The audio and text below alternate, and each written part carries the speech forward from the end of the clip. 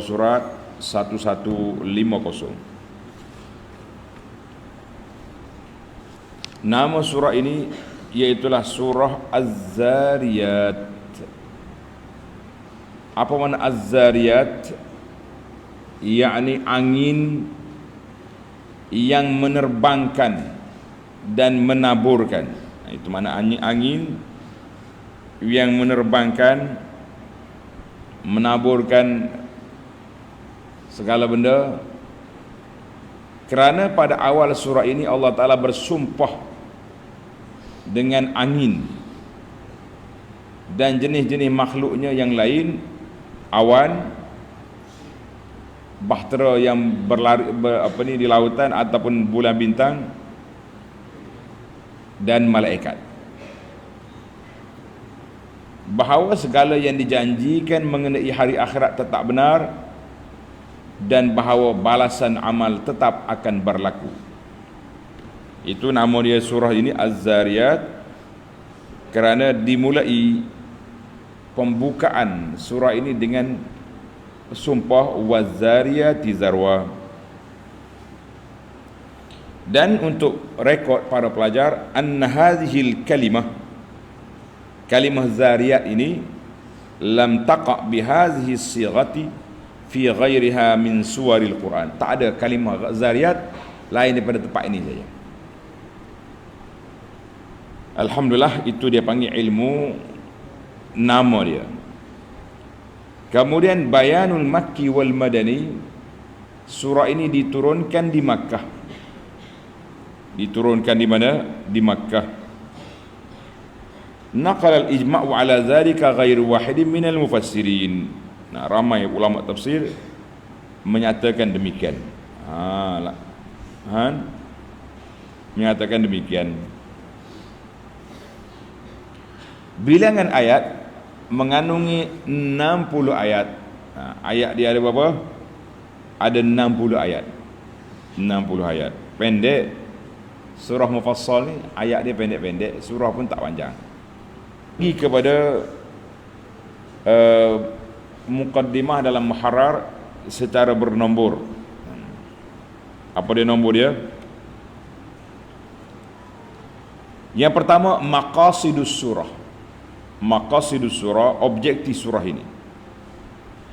Min ahammi maqasidi hadhihi surah, di antara objektif surah ini, iqamatul adillah ala anna al-ibadata la takunu illa lillahi ta'ala wahdahu wa ala anna al-ba'tha haqqun.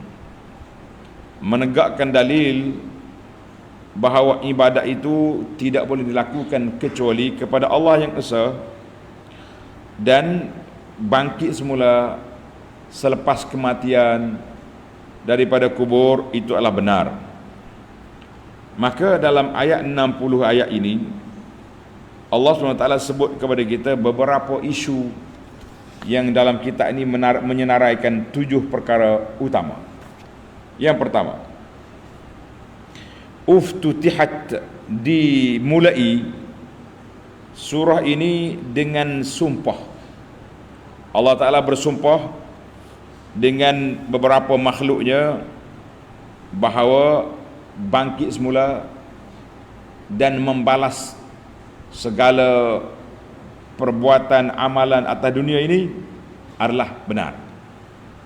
Ya, dalam ayat ini Allah Ta'ala, kita kena ingat dalam bab sumpah ini Allah Ta'ala berhak, dia boleh bersumpah dengan apa saja yang dia nak. Adapun kita manusia tak. Nabi dah bagi garis pandungan, man kana halifan falyahlif billah.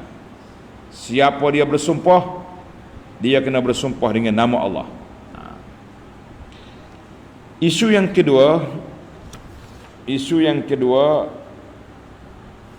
ibtalu maza'imil mukazzibin, membatalkan sangkaan pendusta-pendusta dan memberi janji untuk diazab mereka dengan seksaan yang pedih sekiranya mereka tidak beriman dan tidak tinggalkan syirik ataupun pembohongan, pendustaan yang mereka lakukan itu.